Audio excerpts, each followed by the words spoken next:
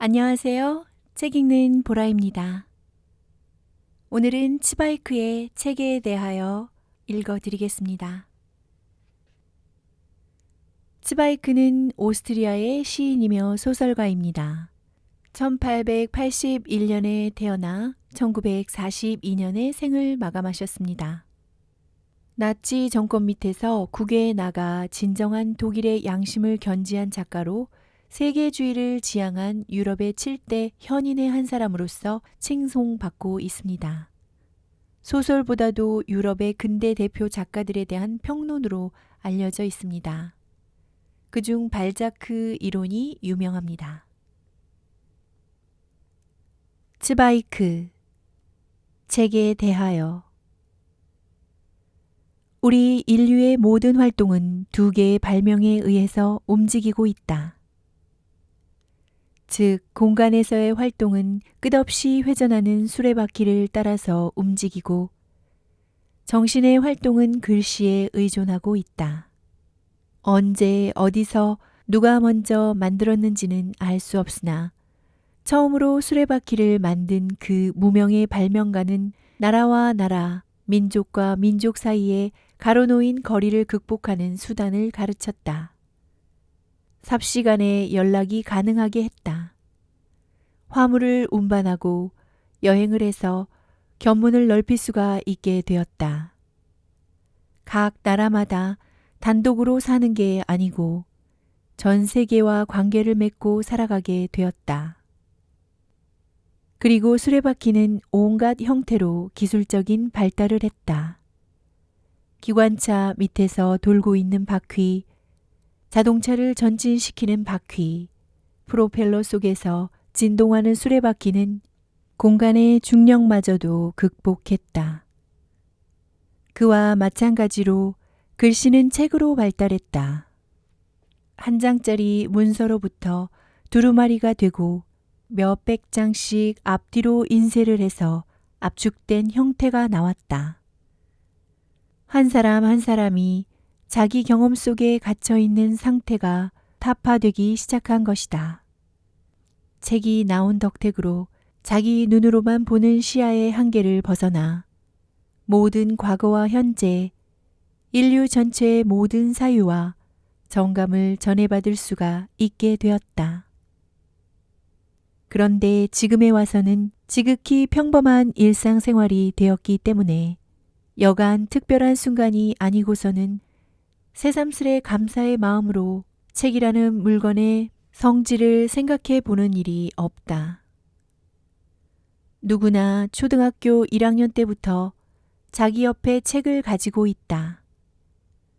책을 손에 만질 때 장갑이나 담배같이 대량 생산된 물건을 대하는 것과 별로 다를 게 없을 만큼 기계적이고 당연한 것처럼 행동한다.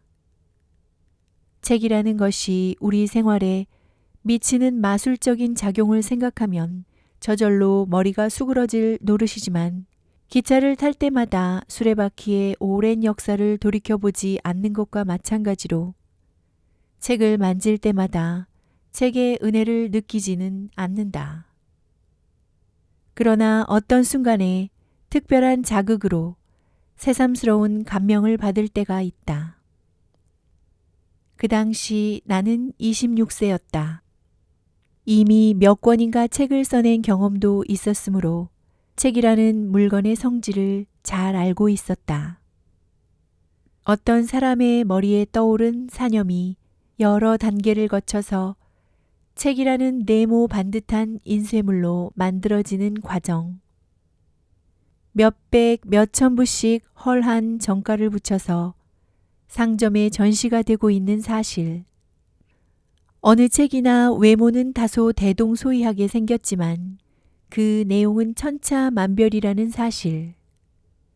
그리고 독자가 그것을 열심히 읽을 적에는 감정이 감정으로, 정신이 정신으로, 운명이 운명으로 전달되어 가는 침투의 과정에 대해서도 다소간 짐작을 가지고 있었다.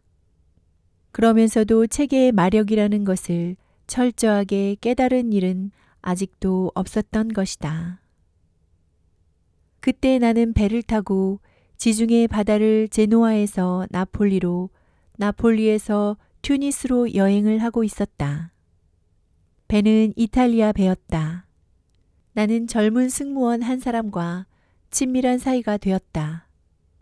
승무원 중에서도 가장 서열이 낮은 청소부였지만 눈동자가 까맣고 체격이 튼튼하고 잘 웃고 노래를 부르는 것처럼 쾌활한 이탈리아 말을 짓거리고 말을 할 때 몸짓이 재밌고 거기에다 남의 흉내내기를 잘하여 배에 탄 모든 독특한 사람들의 동작을 희화화해서 재현하는 천재성을 가지고 있었다. 리파리 섬에서 목동 노릇을 하다가 승무원이 됐다고 하는데 야성적이라고 할지 매우 건강하고 명랑했다. 그도 내가 좋아하는 것을 곧 알아차리고 항해 이틀 만에 우리는 아주 다정한 친구가 되었다. 그런데 갑자기 눈에 보이지 않는 벽이 두 사람 사이를 벌려놓고 말았다. 배가 나폴리에 닿은 그날 밤 뭐가 그리 좋은지 얼굴이 싱글벙글하면서 한 통의 편지를 가지고 와서 좀 읽어달라는 것이었다. 그 순간 나는 프랑스나 독일에서 온 편지를 아마도 외국 소녀한테 온 편지를 번역해달라는 것인 줄로 곧 짐작을 했다. 그런데 봉투를 열고 보니 편지는 이탈리아 말이었다. 그럼 그가 원하는 건 무엇인가? 나한테 자랑을 하려는 것인가? 그는 자꾸만 낭독을 해달라고 재촉을 했다. 갑자기 나는 사정을 알았다. 이 상냥스럽고 미남자이고 천성이 우아한 청년은 이탈리아 사람 중 7 내지 8%를 차지한다고 통계에 나와 있는 문맹의 한 사람이었던 것이다. 그 청년은 내가 만난 글씨를 모르는 최초의 유럽 사람이었다. 물론 나는 그 편지를 읽어주었다.